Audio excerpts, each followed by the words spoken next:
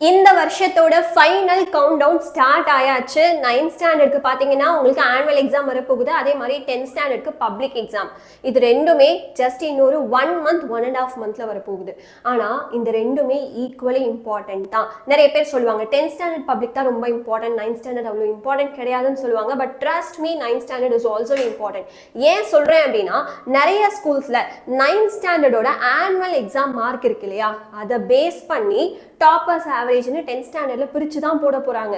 So 10th ஸ்டாண்டர்ட்ல போயிட்டு நீங்க எப்படி பெர்ஃபார்ம் பண்றீங்க அப்படிங்கறத பேஸ் பண்ணி செகண்ட் செக்ரிகேஷன் நடந்தாலும் ஃபர்ஸ்ட் அந்த கிளாஸ் பிரிச்சு போடுறது உங்களோட 9th ஸ்டாண்டர்ட் ஆனுவல் எக்ஸாம் மார்க்கை பேஸ் பண்ணி தான் இருக்க போகுது. ஸோ இதுல நீங்க ரொம்ப கேர்ஃபுல்லா இருக்கணும். இப்போ 10th ஸ்டாண்டர்டுக்கு உங்களோட பப்ளிக் எக்ஸாம் எதுக்காக இம்பார்ட்டன்ட் அப்படின்னு பாத்தீங்கன்னா எந்த குரூப் எடுக்கலாம் அப்படின்னு யோசிச்சுட்டு இருப்பீங்க இல்லையா, பயோ மேக்ஸா, சிஎஸ் மேக்ஸா, பயோ சிஎஸ்ஆ, காமர்ஸா, இந்த மாதிரி நீங்க யோசிக்கும் போது நீங்க யோசிச்சா மட்டும் பத்தாது, உங்களோட மார்க்கும் அந்த இடத்துல பேசணும். ஒரு சில ஸ்கூல்ஸ்ல பயோமேக்ஸ்னா 10th இந்த மார்க் வாங்கியிருந்தாதான் அவங்க 11th 12th பயோமேக்ஸ் எடுத்து படிக்க முடியும், இல்லைன்னா முடியாதுன்னு சொல்லி அவங்க கொடுக்க மாட்டாங்க. அதே மாதிரி சிஎஸ் மேக்ஸ் அப்படின்னா அவங்க ஒரு மார்க் ரேஞ்ச் வச்சிருப்பாங்க, அதுக்குள்ள நீங்க எடுத்திருக்கணும். So 9th standard 10th standard ரெண்டுமே ஈக்குவலி இம்பார்ட்டன்ட் தான். அண்ட் இன்னொரு பேர் எல்லாம் சொல்லுவாங்க 12th பப்ளிக் தான் ரொம்ப இம்பார்ட்டன்ட், 10th வந்து இம்பார்ட்டன்ட் கிடையாதுன்னு சொல்லுவாங்க. நம்பாதீங்க. ஏன்னா 10th ஸ்டாண்டர்ட்ல மட்டும்தான் உங்களால ஈஸியா கொஞ்சம் மட்டும் எஃபர்ட் போட்டு ஈஸியா இங்கிலீஷ், மேத்ஸ், சயின்ஸ், சோஷியல்ல 4 சப்ஜெக்ட்ல பக்காவா சென்டம் எடுக்க முடியும். தமிழை தவிர தமிழ்ல 99 வாங்கலாம், அதுவே கிட்டத்தட்ட சென்டம் மாதிரி தான். ஸோ இவ்வளோ ஈஸியான வாய்ப்பை நழுவ விட்டுட்டு இதை விட கஷ்டமான 11th 12th நான் ப்ரூவ் பண்ணிக்கலாம் அப்படின்னு வெயிட் பண்ண போறீங்களா? இல்லை இப்பவே நான் என்னோட பெஸ்ட்டை கொடுக்க போறேன் மேம், 100 மார்க்ஸ் எடுக்க தான் போறேன், 9th பசங்களா இருந்தாலும் சரி 10th பசங்களா இருந்தாலும் சரி, இப்படி ஒரு மைண்ட் செட்ல இருக்கீங்க அப்படின்னா இந்த வீடியோக்கு கண்டிப்பா ஒரு லைக் பண்ணிடுங்க. And this is Asha ma'am here, welcome to Vedantu. இப்போ இந்த எக்ஸாம் சீசன்ல ரொம்பலாம் ஸ்ட்ரெஸ் ஆகாதீங்க பசங்களா, கொஞ்சம் காமா இருங்க சரியா. அதுக்கு ஒரு 5 டிப்ஸ் நான் சொல்றேன். நம்மளும் கொஞ்சம் ஸ்ட்ரெஸ் ஆகாம அட் த சேம் டைம் எக்ஸாமும் சூப்பரா நம்ம எழுத போறோம். ஓகே, இப்போ ரொம்ப இம்பார்ட்டண்டா என்ன தெரியுமா, 9th ஸ்டாண்டர்ட் மார்க்கா இருந்தாலும் 10th ஸ்டாண்டர்ட் மார்க்கா இருந்தாலும் நம்மள அந்த மார்க்கை வச்சுதான் ஜட்ஜ் பண்ண போறாங்க ஒரு சில பேர். அப்போ மற்றவங்கள நம்ம அந்த மார்க் வச்சு ஜட்ஜ் பண்ண விடலாமா? விடவே கூடாது. அதுக்கான ஒரு ஃபர்ஸ்ட் 5 டிப்ஸ்ல ஃபர்ஸ்ட் டிப் நம்ம பார்க்க போறோம். Start early. எப்பவும் போல நாளைக்கு எக்ஸாம்னா முன்னாடி நாள் உட்காந்து படிக்காம அட்லீஸ்ட் இப்போ ஒரு 1 month இருக்கு கையில, இப்பவாவது படிக்க ஆரம்பிங்களேண்டா. Okay, this is tip number 2. Study plan ப்ராப்பரா நம்மளுக்கு வேணும். ஸோ 10th ஸ்டாண்டர்ட் ஸ்டூடெண்ட்ஸ்க்கு டெய்லி ஸ்டடி பிளான் நாங்கள் போட்டுட்டே இருந்தோம். அதே மாதிரி 9th ஸ்டாண்டர்ட் ஸ்டூடெண்ட்ஸ்க்கும் வந்து ஒரு ஸ்டடி பிளான் யாழினியன் சார் போட்டிருக்காரு. அந்த வீடியோவை கண்டிப்பாக பார்க்கலன்னா பார்த்துருங்க. அண்ட் அந்த வீடியோவோட லிங்க்கை நான் டிஸ்கிரிப்ஷனில் அட்டாச் பண்ணுறேன். Point number 3, seek help. எந்த ஒரு விஷயமா இருந்தாலும் மக்கப் பண்ணி படிக்கணும் அப்படின்னு யோசிக்காதீங்க. ஆப்வியஸ்லி உங்களுக்கு வந்து கீவேர்ட்ஸ் இருந்தால் மார்க் கிடைக்க போகுது, புரியுதா இல்லையா அப்படிங்கிறதெல்லாம் வந்து மார்க் பேசிஸில் உங்களுக்கு கன்வெர்ட் ஆக போகிறது இல்லைன்னாலும் இன்டைரக்டாக அது மார்க்கை அஃபெக்ட் பண்ணும். புரியல அப்படின்னா மக்கப் பண்ணி படிக்கும் போது எக்ஸாமில் மறந்து போயிடும், கண்டிப்பாக மறந்து போயிடும். ஸோ எப்போவுமே ஒரு விஷயத்த புரியல இல்லை கஷ்டமாக இருக்குன்னா ஹெல்ப் கேளுங்க. ஸோ அது உங்களோட டீச்சர்ஸ் கிட்டேயா இருக்கலாம், ஃப்ரெண்ட்ஸ் கிட்டேயா இருக்கலாம். ஒரு ஃப்ரெண்ட் அந்த டீட்டெயில் படிச்சிருப்பான், நம்மளுக்கு சொல்லிக் கொடுங்க அப்படின்னு கேட்கறதுனால நம்ம ஒன்றும் குறைஞ்சிட போகிறது கிடையாது. தாராளமாக ஹெல்ப் கேட்கலாம். And don't compare. ஸோ இப்போ இந்த ஹெல்ப் பாயிண்ட் வந்து எங்ககிட்டயும் நீங்கள் கேட்கலாம். எந்த வீடியோக்கு கீழே வேணாலும் கமெண்ட் பண்ணலாம். அந்த கமெண்ட்ஸ் எல்லாருமே நாங்களும் பார்த்துட்டு தான் இருக்கோம். அண்ட் ரொம்ப இம்பார்ட்டண்ட்டான பாயிண்ட் வந்து இந்த கம்பேரிஷன். நம்ம இவ்வளோதான் படிக்கிறோம், இவ்வளோ மார்க் வாங்குறோம், ஆனால் என் கூடயே ஒருத்தன் இருக்கான், என்னை விட கம்மியாக தான் படிக்கிறான், நான் மார்க் மட்டும் அதிகமாக வாங்கிடுறான். இது எப்படி? இதுதான் கம்பேரிஷன். நம்மளும் மற்றவங்களும் ஒன்று கிடையாது. ஓகே, நம்மளோட பிரெயின் மற்றவங்களோட பிரெயின் ஒன்றே கிடையாது. ஸோ நம்ம ஒரு கொஷினை படிக்கிறதுக்கு ஒரு 20 minutes எடுத்துக்கலாம். அதே கொஷினை படிக்கிறதுக்கு நம்மளோட ஃப்ரெண்டு ஜஸ்ட் 5 minutesல படிச்சுட்டு போயிடலாம். ஆனால் அதை எக்ஸாமில் போய் நம்ம எப்படி எழுதுறோம்?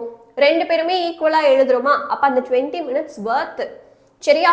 ஏன்னா நம்ம பிரெயின் வேற, மற்றவங்களோட பிரெயின் வேற. எப்பவுமே கம்பேர் பண்ணவே கூடாது. லாஸ்ட்ல எவ்வளோ மார்க்ஸ் வருது அப்படிங்கிறத பாருங்க. அண்ட் அவன் ஒரு 5 நிமிஷம் படிச்சா போதும் அப்படின்னு இருந்தா அது அவனோட பிரெயின் கெப்பாசிட்டி. நம்மளுக்கு ஒரு 10 நிமிஷம் வேணும், 20 நிமிஷம் வேணும்னா அதனால நம்ம குறைஞ்சவங்க கிடையாது. we are not slow learners. ஏன்னா டாப்பர்ஸே நிறைய பேர் வந்து 5 minutesல படிச்சுட்டு போய் டாப்பர் ஆகலை. டாப்பர்ஸ்லயே 2 விதம் இருக்காங்க. ஒன்று டக்குன்னு படிச்சுட்டு போய் டக்குன்னு மறந்துடுற பீப்புளும் இருக்காங்க. ப்ளஸ் ரொம்ப கம்மியான டைம்ல படிச்சுட்டு போய் ஞாபகம் வச்சிருக்க பீப்புளும் இருக்காங்க. ரொம்ப டைம் எடுத்து ஞாபகம் வச்சிருக்க பீப்புளும் இருக்காங்க. ஸோ டாப்பர்ஸ்லேயே இவ்வளோ ரகம் இருக்கும்போது நீங்கள் அதில் 3வது ரகமாக இருக்கிறதுல என்ன தப்பு? இதே எஃபர்ட் போட்டிங்கன்னா நீங்களுமே டாப்பர் ஆகலாமே. அப்படி யோசிங்க. ஸோ எப்பவுமே பாசிட்டிவா இருங்க அண்ட் படிச்சதை ரீகால் பண்ணிட்டே இருக்கணும். ஒன்ஸ் படிச்சிட்டேன் அப்படின்னா புக்கை மூடி வச்சிடக்கூடாது. அடிக்கடி நீங்கள் ரீகால் பண்ணிட்டே இருக்கும் போது தான் மறக்காது. அண்ட் நிறைய கொஷின் பேப்பர்ஸை ப்ராக்டிஸ் பண்ணணும். இப்போ 10th ஸ்டாண்டர்ட் பசங்க அப்படின்னா நிறைய public exam question paper practice பண்ணலாம். 9th ஸ்டாண்டர்ட் ஸ்டூடெண்ட்ஸ்னா ஆனுவல் எக்ஸாமோட கொஷின் பேப்பர்ஸ் நான் உங்களுக்கு பிடிஎஃபாக தரேன். அதை நீங்கள் ப்ராக்டிஸ் பண்ணும்போது அதிலிருந்து தாண்டா கொஷின்ஸ் வரும். ஹாஃப் இயர்லி எக்ஸாமுக்கு இம்பார்ட்டன்ட் கொஷின்ஸ் போட்டோமா, சயின்ஸ் சோஷியல் எல்லாம் மேக்ஸிமம் அதிலிருந்து தானே கொஷின்ஸ் வந்தது. என்னன்னா போன வருஷம் அதுக்கு முன்னாடி வருஷத்தோட ஹாஃப் இயர்லி கொஷின் பேப்பர்ஸ் எல்லாம் எடுத்து வச்சு நான் பார்த்து தான் கொஷின்ஸ் கொடுத்தேன். அப்படி பார்க்கும்போது உங்களுக்கு இந்த ஹாஃப் இயர்லியும் மேக்ஸிமம் அந்த கொஷின்ஸ் ரிப்பீட் ஆயிருக்கலாம். அதே ட்ரிக்கை நம்ம ஆனுவல் எக்ஸாமுக்கு யூஸ் பண்ண போறோம். சரியா? இப்போ ஹாஃப் இயர்லி இம்பார்ட்டன்ட் கொஷின்ஸ் வீடியோவை எத்தனை பேர் பார்த்தீங்க அப்படின்னு தெரியல. பார்க்காதவங்க எல்லாருக்குமே வந்து நான் இன்னொரு தடவை அந்த இம்பார்ட்டன்ட் கொஷின்ஸோட பிடிஎஃப் எல்லாமே டிஸ்கிரிப்ஷனில் அட்டாச் பண்ணுறேன். ஸோ இந்த வீடியோக்கு கீழே இந்த மாதிரி டைட்டில் இருக்கும் இல்லையா, அதுக்கு கீழே பார்த்தீங்கன்னா இந்த மாதிரி மோர் அப்படின்னு ஒரு ஆப்ஷன் இருக்கும். அதை கிளிக் பண்ணிக்கோங்க. அந்த இடத்துல உங்களுக்கு தேவையான எல்லா லிங்க்குமே இருக்க போகுது. 9th பசங்களாக இருந்தாலும் சரி, 10th பசங்களாக இருந்தாலும் சரி, உங்களுக்கு ஹாஃப் இயர்லி எக்ஸாமுக்கு எந்தெந்த சப்ஜெக்டோட இம்பார்ட்டன்ட் கொஷின்ஸ் எல்லாம் நாங்கள் இது வரைக்கும் போட்டிருக்கோமோ எல்லா கொஷின்ஸோட பிடிஎஃப்மே நான் வந்து அட்டாச் பண்றேன். கண்டிப்பா அதை செக் பண்ணி பாருங்க. ஏன் அப்படி சொல்றேன்னா, ஹாஃப் இயர்லி எக்ஸாம் தான் முடிஞ்சு போச்சு மேம், இப்போ எதுக்கு அதை வச்சு நான் படிக்கணும் அப்படின்னு கேட்டீங்கன்னா, ஹாஃப் இயர்லி எக்ஸாமோட கொஷின் பேப்பர்ஸ்ல இருக்கிறது ஆர் இம்பார்ட்டன்ட் கொஷின்ஸ் இருக்கிறதெல்லாம் ஃபுல்லா படிச்சிட்டீங்க அப்படின்னு வச்சுக்கோங்களேன். நெக்ஸ்ட் வீக் நான் பப்ளிக் எக்ஸாமோட இம்பார்ட்டன்ட் கொஷின்ஸ் போட போறேன். ஓகேவா? அப்ப அந்த இம்பார்ட்டன்ட் கொஷின்ஸோட லிஸ்ட் பார்க்கும்போது ஹபாடா ஒரு 3/4 தெரிஞ்சிருக்கு, ஒரு 10 கொஷின் தான் தெரியாது, சரிவா அந்த 10 கொஷின் தானே பார்த்துடலாம் அப்படின்னு ஒரு கான்ஃபிடன்ஸ் வரும். இந்த ஹாஃப் இயர்லி கொஷின்ஸ்லயே நீங்க வந்து அரைவாசி தான் படிச்சிருக்கீங்க, இல்ல 3/4 படிக்கவே இல்லைன்னு வச்சுக்கோங்களேன். பப்ளிக் எக்ஸாமோட இம்பார்ட்டன்ட் கொஷின் லிஸ்ட் நான் பிடிஎஃபாக கொடுக்குறேன். ஓகே, கம்மிங் வீக்ல நான் வந்து அதுக்கான வீடியோஸ் எல்லாமே போட போறேன். அந்த லிஸ்ட்டை கொடுக்கும்போது ஐயோ என்னது இவ்வளோ பெரிய கொஷின்ஸா, இவ்வளோ கொஷின்ஸ் நான் படிக்கணுமா, கிழிஞ்சது போ, நான் மார்க் வாங்கின மாதிரி தான் அப்படின்னு பார்த்த உடனேயே டிசப்பாயிண்ட் ஆவீங்க. ஒரு விஷயத்தை ஸ்டார்ட் பண்ணும் போதே டிசப்பாயிண்ட் ஆகி ஸ்டார்ட் பண்ணா விளங்குமா? ஸோ அதனால நம்ம என்ன பண்ணணும், ஸ்டார்டிங்ல இருந்தே நம்ம படிக்க ஆரம்பிக்கணும். சரியா? ஸோ இப்போவே நீங்க ஹாஃப் இயர்லி எக்ஸாமோட இம்பார்ட்டன்ட் கொஷின்ஸை படிச்சு முடிச்சிருங்க. அப்பதான் கொஞ்சம் கான்ஃபிடென்ட்டா இருக்கும். ஸோ அந்த இம்பார்ட்டன்ட் கொஷின்ஸ் எல்லாத்துக்குமே வந்து டிஸ்கிரிப்ஷனை செக் பண்ணுங்க. எல்லா பிடிஎஃப் லிங்க்குமே நான் அட்டாச் பண்றேன். இப்போ 9th ஸ்டாண்டர்ட் ஸ்டூடெண்ட்ஸ்க்கு annual exam and 10th standard ஸ்டூடெண்ட்ஸ்க்கு பப்ளிக் எக்ஸாம் உங்களுக்கான இம்பார்ட்டன்ட் கொஷின்ஸ் வேணுமா? ஸோ வேணும் அப்படின்னு நினைக்கிறவங்க எல்லாருமே கமெண்ட்ல சொல்லுங்க. அண்ட் வேணும் அப்படிங்கிறது மட்டும் சொல்லாம ஃபர்ஸ்ட் எந்த சப்ஜெக்ட் வேணும்னு சொல்லுங்க. ஏன்னா ஓட் பேசிஸ்ல தான் நாங்கள் போக போறோம். எந்த சப்ஜெக்ட்டுக்கு அதிகமான ஓட் வருதோ அந்த சப்ஜெக்ட்ல இருந்தே நம்ம ஸ்டார்ட் பண்ணலாம். இப்போ நீங்க மேக்ஸ் சயின்ஸ் சோஷியல் மட்டும் சொன்னா பத்தாது, நீங்க 9th 10th சொல்லணும் இல்லையா? அப்பதானே தனித்தனி வீடியோஸ் போட முடியும்.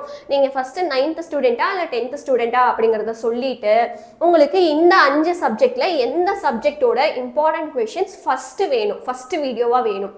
எல்லாமே நம்ம போட தான்ப்பா போறோம். பட் ஃபர்ஸ்ட் ரொம்ப ரொம்ப எனக்கு தேவை மேம், இது ரொம்ப இம்பார்ட்டன்ட் அப்படின்னு நினைக்கிறது எந்த சப்ஜெக்டோட இம்பார்ட்டன்ட் கொஷின்ஸ், அதை கண்டிப்பா கமெண்ட்ல சொல்ல போறீங்க. அண்ட் இப்போல இருந்தே நீங்க ஹாஃப் இயர்லி எக்ஸாமோட இம்பார்ட்டன்ட் கொஷின்ஸை படிச்சு வச்சுட்டே இருங்க. பின்னாடியே உங்களுக்கு பப்ளிக் எக்ஸாமோட இம்பார்ட்டன்ட் கொஷின்ஸ் வரப்போகுது.